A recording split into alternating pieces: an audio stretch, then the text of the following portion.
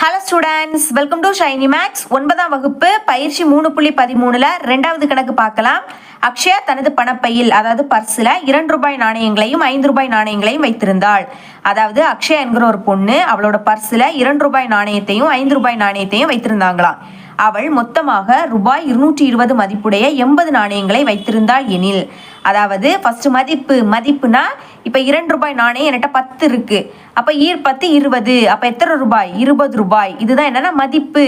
220 ரூபாய் மதிப்புடைய நாணயங்கள். எத்தனை நாணயங்கள்? 80 நாணயங்கள். 80 நாணயங்கள். இதுதான் என்னன்னா எண்ணிக்கை, அந்த நாணயத்தோட எண்ணிக்கை. எனில் ஒவ்வொன்றிலும் எத்தனை நாணயங்கள் வைத்திருந்தாள்? அதாவது 2 ரூபாய் நாணயத்துல எத்தனை எண்ணிக்கை இருக்கு, 5 ரூபாய் நாணயத்துல எத்தனை எண்ணிக்கை இருக்கு, இதை தான் நம்ம கண்டுபிடிக்கணும்.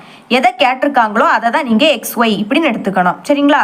நான் 2 ரூபாய் நாணயங்களின் எண்ணிக்கையை நான் X அப்படின்னு எடுத்துக்கிறேன். நெக்ஸ்ட் 5 ரூபாய் நாணயங்களின் எண்ணிக்கையை Y அப்படின்னு எடுத்துக்கிறேன். எதனால நம்ம இந்த மாதிரி எடுத்துக்கிறோம்னா, நம்ம இந்த மெத்தடை யூஸ் பண்ணி எக்ஸோட மதிப்பையும் ஒய்யோட மதிப்பையும் கண்டுபிடிப்போம். ஸோ அதனால தான். சரிங்களா? ஓகே, இப்போ ஃபர்ஸ்ட் எண்ணிக்கை 2 ரூபாய் நாணயங்களின் எண்ணிக்கை என்னது? எக்ஸ்ன்னு எடுத்துக்கிட்டோம். அப்போ எக்ஸ் கூட்டல் இனி 5 ரூபாய் நாணயங்களின் எண்ணிக்கை ஒய். சரிங்களா? இப்போ எண்ணிக்கையை தான் நம்ம எழுதியிருக்கோம். அப்போ எண்ணிக்கை எவ்வளவு? 80 நாணயங்கள். அப்போ 80ன்னு எழுதிக்கலாம். இதான் சமன்பாடு 1 அப்படின்னு வச்சுக்கணும். இனிமே மதிப்பு ஃபர்ஸ்ட் 2 ரூபாய் நாணயங்களின் எண்ணிக்கை எக்ஸ்ன்னு எடுத்துக்கிட்டோம். அப்போ 2 ரூபாய், அப்போ எக்ஸ் முன்னாடி 2ன்னு எழுதிக்கணும். சரிங்களா? அப்போ 2 × எக்ஸ் கூட்டல் இனி 5 ரூபாய் நாணயங்களின் எண்ணிக்கை ஒய்ன்னு எடுத்துக்கிட்டோம். அப்போ 5, ஒய்க்கு முன்னாடி 5ன்னு எழுதிக்கணும். 5 ஒய். இப்போ மதிப்பு எவ்வளவு? 220. இப்போ நம்ம மதிப்பு எழுதியிருக்கோம் 220 ரூபாய். இதை சமன்பாடு 2 அப்படின்னு வச்சுக்கலாம். சரிங்களா? இனிமே குறுக்கு பெருக்கல் மெத்தடுனா சமத்துக்கு இந்த பக்கம் எதுவுமே இருக்கக்கூடாது, இங்க 0 தான் இருக்கணும். அப்போ இந்த 80 இங்க கொண்டு வந்துடலாமா? எழுதிக்கிறேன் பாருங்க. எக்ஸ் கூட்டல் ஒய் பிளஸ் 80 இங்க வந்துன்னா -80. இனி அங்க எதுவுமே இருக்காது. அப்ப 0. இதை சமன்பாடு 3 அப்படின்னு வச்சுக்கலாம். இனிமே அதே மாதிரி இங்க மாத்துங்க. 2x கூட்டல் 5y. இனி பிளஸ் 220 இங்க வந்துன்னா -220. அங்க எதுவுமே இருக்காது. 0. இதை சமன்பாடு 4 அப்படின்னு வச்சுக்கலாம்.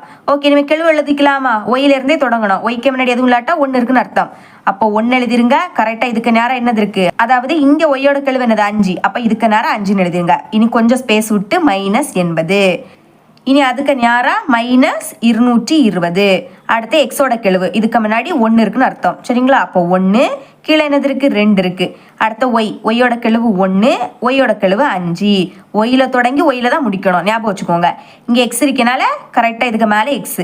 அடுத்து இதுக்கு நேரம் என்னது? ஒய். இந்த இடையில கேப் இருக்கு பாத்தீங்களா? இதுக்கு நேரம் மேலதான் நீங்க எழுதிக்கணும். இங்க ஒய்ன்னு எழுதிக்கலாம். அப்புறம் இங்க 1ன்னு எழுதிக்கணும். ஓகே, இப்ப பெருக்கலாமா? ஃபர்ஸ்ட் மேல எக்ஸ் இருக்கா? அப்ப எக்ஸ் எழுதிருங்க. டிவைடட் பை மேல இருந்து கீழே பெருக்கணும். ஒரு மைனஸ். அப்ப மைனஸ் அப்படி எழுதிருங்க. 1 220 பெருக்குனா 220 தான். ஓகே, இனிமே பாருங்க. கீழே இருந்து மேல பெருக்கணும்.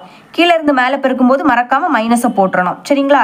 இனி பாருங்க, இங்க ஒரு மைனஸ் இருக்கு. அப்ப இந்த மைனஸ் என்ன ஆயிடும்? பிளஸ்ன்னு ஆயிடும். பெருக்கலாம். 5 0 பெருக்குனா 0. இனி 8 5 40. அப்ப பெருக்குனா நம்மளுக்கு 400 கிடைக்குது. இஸ் ஈக்குவல் டு இங்க மேல ஒய் இருக்கு. டிவைடட் பை மேல இருந்து கீழே பெருக்குங்க.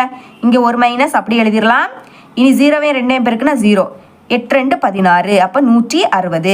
இனி கீழே இருந்து மேல பெருக்குங்க. மறக்காம மைனஸ் எழுதிடணும். இங்க ஒரு மைனஸ் இருக்கு. இந்த மைனஸ் என்ன ஆயிடும்? பிளஸ்ன்னு ஆயிடும்.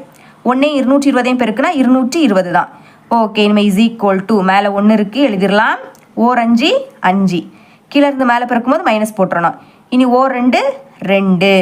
எக்ஸ் அப்படி எழுதிக்கலாம். ஒரு மைனஸ் தான் நான் என்ன சொல்லியிருக்கேன்? கழிக்கணும். அப்ப 400ல இருந்து 220 கழிக்கலாம். சரிங்களா?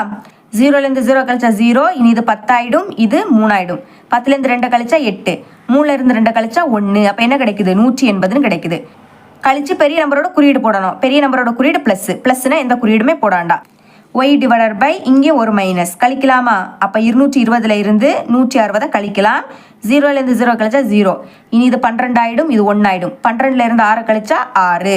1ல இருந்து 1 கழிச்சா 0. அப்ப என்ன கிடைக்குது? 60ன்னு கிடைக்குது. பெரிய நம்பரோட குறியீடு பிளஸ் தான். ஓகே, நெக்ஸ்ட் 1 டிவைடட் பை 5ல இருந்து 2 கழிச்சா 3. பெரிய நம்பரோட குறியீடு பிளஸ். ஓகே, இனிமே இதையும் சமப்படுத்தணும். அப்ப எழுதிக்கலாம். X divided by 180 is equal to 1 divided by 3. இப்போ எக்ஸோட மதிப்பு தேவை. எக்ஸை மட்டும் இங்கே வச்சுக்கலாம். அப்போ இந்த 180ஐயும் இந்த 1ஐயும் பெருக்கணும். அப்போ 1 180ஐயும் பெருக்கணும் 180. டிவைடருக்கு கீழே இருக்கக்கூடிய 3 அப்படி எழுதிக்கலாம். கேன்சல் பண்ணலாமா? 1 3 3 6 3 18. அப்புறம் இந்த 0 அப்படி எழுதிருங்க. அப்போ எக்ஸோட மதிப்பு என்ன கிடைக்குது? 60ன்னு கிடைக்குது. இதே மாதிரி ஒய்யோட மதிப்பையும் கண்டுபிடிக்கணும். அதுக்கு இதையும் சேர்த்து எழுதிக்கணும். அப்போ y divided by 60 is equal to 1 divided by 3. ஒய்யை மட்டும் வச்சுக்கலாம். இனி 1 60 பெருக்குனா 60 தான்.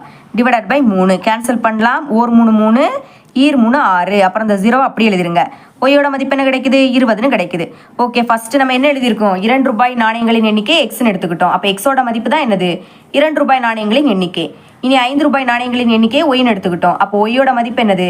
5 ரூபாய் நாணயங்களின் எண்ணிக்கை. அதை தான் நானும் எழுதியிருக்கேன். 2 ரூபாய் நாணயங்களின் எண்ணிக்கை இஸ் ஈக்குவல் டு 60. 5 ரூபாய் நாணயங்களின் எண்ணிக்கை இஸ் ஈக்குவல் டு 20. சரிங்களா? இவ்வளோ தான் இந்த சம். இது உங்களுக்கு கிளியராக அண்டர்ஸ்டாண்ட் ஆயிருக்கும் நம்புறேன். தேங்க்ஸ் ஃபார் வாட்சிங்.